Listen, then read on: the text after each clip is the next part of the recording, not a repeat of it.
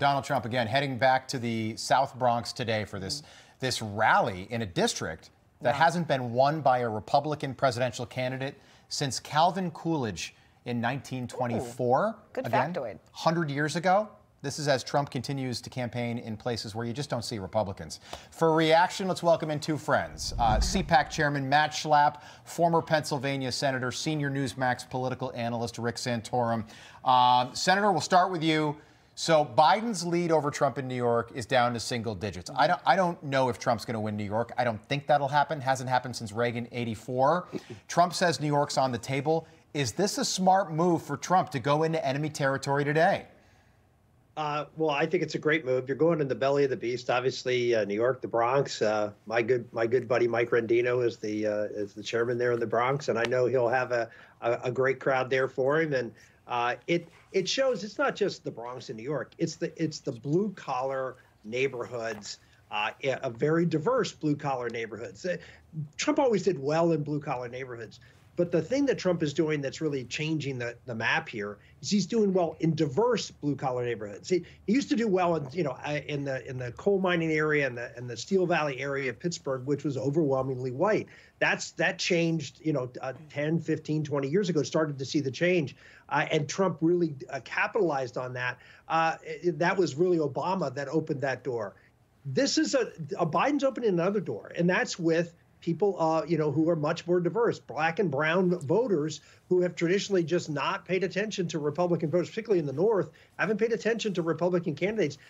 Trump is going right after them. And I think this is not just, is it going to help Trump maybe, be close in New York? This is going to, I think, potentially shift the whole paradigm of how the Republican Party can be successful in the future. So, Matt, when the Trump campaign filed permits to have this rally in South Bronx, they expected 3,500. That's what they said. As of last night, 10,000 tickets had already been purchased for this rally. I don't know, more tickets could be sold right now as well. What does that say that he's able to come to a place like the Bronx and still get more than 10,000? Could we see something similar to what we saw in New Jersey a few weeks ago? Well, Trump has broke the mold on this, and the Democrats used to love to trot out Obama because he had this kind of populist appeal on the left, and Obama had big events.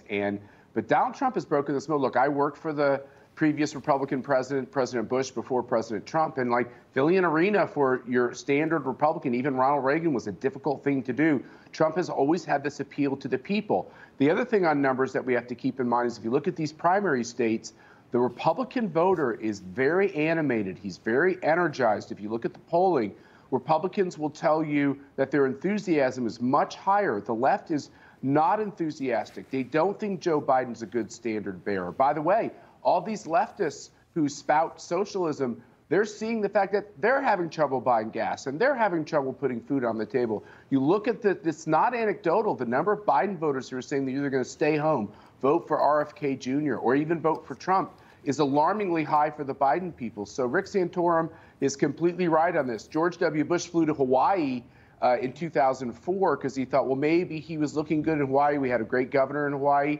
But that was a really far distance. The good news for Donald Trump is the Bronx is right around the corner from where they have him basically in jail in this stupid court process. Yeah. And so, he went to New Jersey and had an amazing rally. I talked to Congressman Van Drew at our ratings ceremony last night. There's a real feeling that this race could bust open, not just barely win in a couple of battleground states to barely get enough electoral votes. The floor could really fall out for Joe Biden here, which would be great for the country. You're right, Matt. It feels like we're ebbing toward landslide. And I looked back at some of the states. So obviously 2016, Trump won Michigan, Pennsylvania.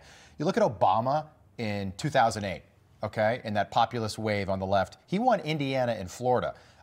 George Bush, who you worked for, people forget in 2000, yes, he ultimately won Florida, but he won Virginia and he won New Hampshire. And I'm looking at some of these states that maybe Trump could peel off.